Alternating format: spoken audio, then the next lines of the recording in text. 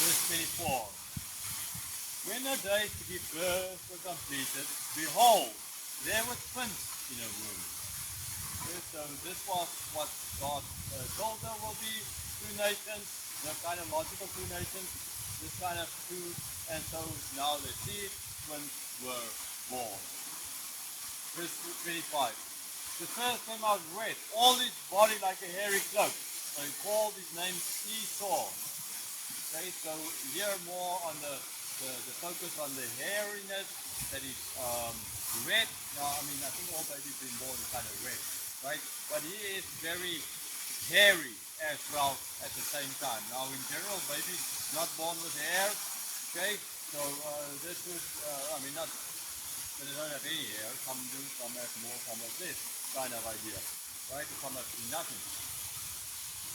Okay, so he is then called Esau. Verse 26. Afterwards, his brother came out of his hand holding Esau's heel. So his name was called Jacob. Isaac was 60 years old when she bore them. Okay, so now here comes out Jacob. He was holding onto Esau's heel.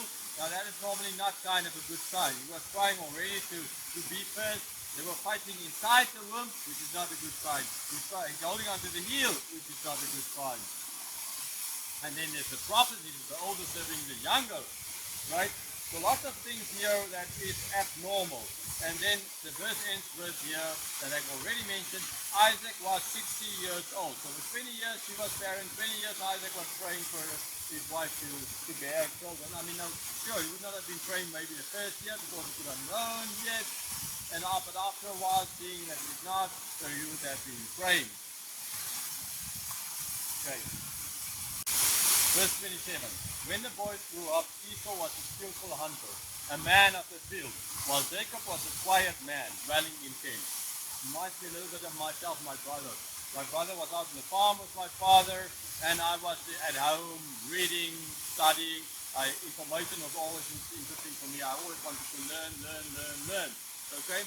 So, Esau. Isaac was most likely a lot more actually than Jacob. We've seen how he was as well more like to be kind of, well, he was a herdsman out there in the field, but his kind of personality, he was not a forceful person, okay? And Jacob is in that sense not a forceful person. But Isaac was out there with the sheep, like Esau, okay? And not so much inside like Jacob. And that kind of, okay, or that played a big role, understandably, in why ultimately Isaac loved Esau more. But there's another explanation, a more important explanation given in the next verse. Isaac loved Esau because he ate his game, but Rebekah loved Jacob.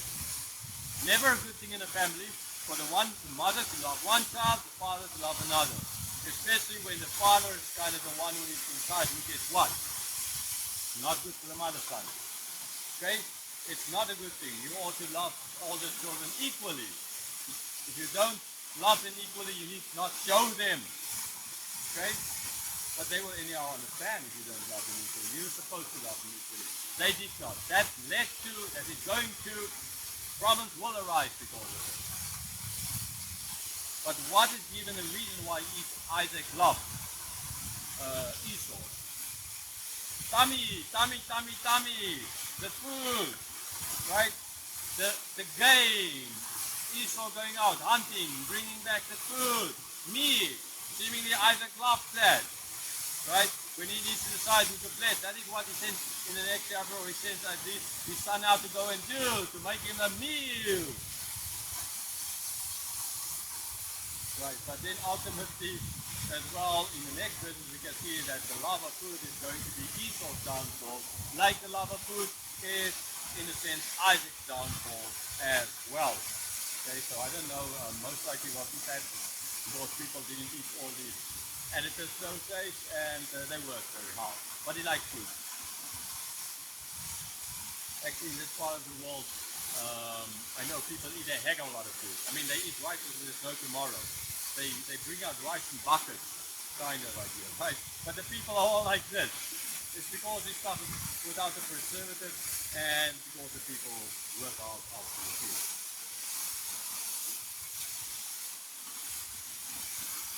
Verse 29. Once when Jacob was cooking stew, Esau came in from the field and he was exhausted. So here we are introduced to another scene. Jacob came from, Esau, he was hunting, he came in from the field, and Jacob at home, he was making food, or just outside the house. Verse 30. And Esau said to Jacob, let me eat some of that red stew, for I am exhausted. Therefore his name was called Edom. Okay, so Esau, the hairy, Edom, the red, but he was red as well as this. So he's seeing this red, thick red broth. He's like, let me eat of this. Right? Why? I'm exhausted. I mean, I'm pretty sure the others, he could have asked servants, there would have been lots of servants to make food. I'm pretty sure they would have had food, or easy to get around. But the eyes saw, like Lot's eyes before the fertile valley, and he picked that. Like Esau's eyes, you see the stew, the broth, and he's like, I need to add that, I don't care. Okay? So like Lot showed there, that he doesn't really care to be maybe the one to take Abram's line further, like Esau's basically showing here, he doesn't really care about his birthright. It's not important to him. Okay, now, like the one scholar wrote, and it kind of sounds, I kind of maybe can agree with him on this, is he said, like, he saw this big broth and he might have thought that there's a lot of meat in there, because, I mean, he would love meat, and it looked so good, it looked so healthy, it looked so, and then ultimately it turns out to be just a vegetable soup. Okay, fit for a vegetarian. Maybe even for a vegan, but still not a hunter like Esau. In the same way how Lot lost everything because he looked with the wrong eye. The same way how Esau is treating his birthright here in a very simplistic, blasé kind of way, not caring way. So he's not even going to get meat in that soup. He's just getting plain, simple vegetable soup. Verse 31, Jacob said, tell me your birthright now. Okay, so, I mean, Jesus, okay. We know Jacob was a deceiver. As a loving brother, he could have maybe said, no, I'll give to you. There's no need for you to do anything. I mean, I'll give to you. I know you've been out there in the field working very hard. Opposite of me, sitting in a tent and reading or something, or sewing, or whatever he was doing there. Well, actually making soup, seemingly. Being mommy's son kind of idea, right? He ought to have taken care of his brother, but no, not Jacob. Jacob always, in this case, like Lot, what can I get? Like Laban, his uncle, right? What can I get from this? What can I get from this? He followed perfectly in his uncle's footsteps at this stage of his life. Verse 32, Esau said, I'm about to die. Of what use is birthright to me? Okay, man. Now that is like, yeah, right. You are going to die. Really? You really are going to die? I mean, 5 meters further, there's somebody else making food. Just go and get it or something like that. There's lots of servants. Man, they can serve you. But he's overplaying his hand here. He doesn't care.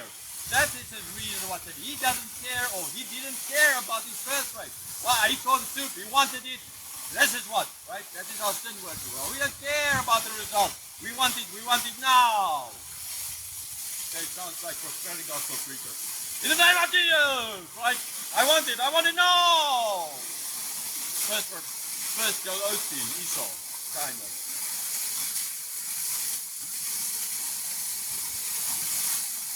Verse 33, Jacob said, swear to me now. So he swore to him and sold his birthright to Jacob.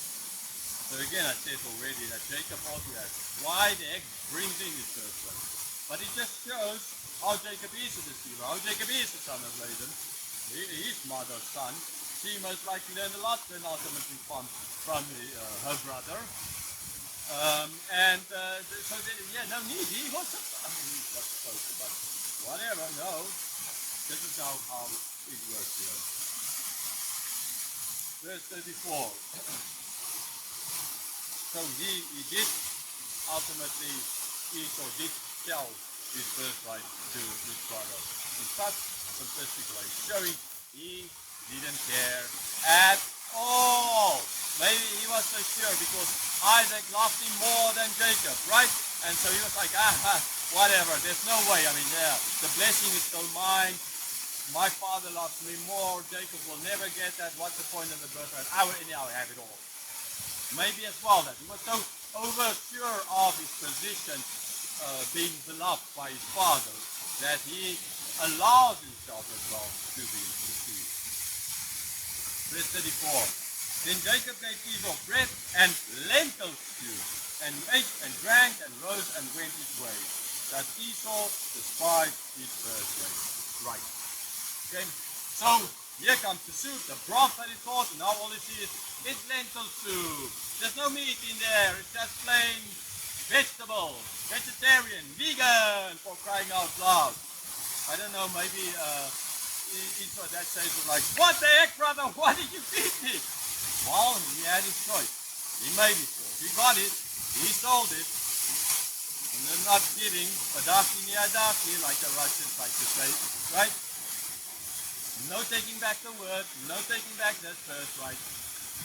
And then the editor here, Moses, writing this, is just saying, no, this is what Esau ultimately thought of his birthright.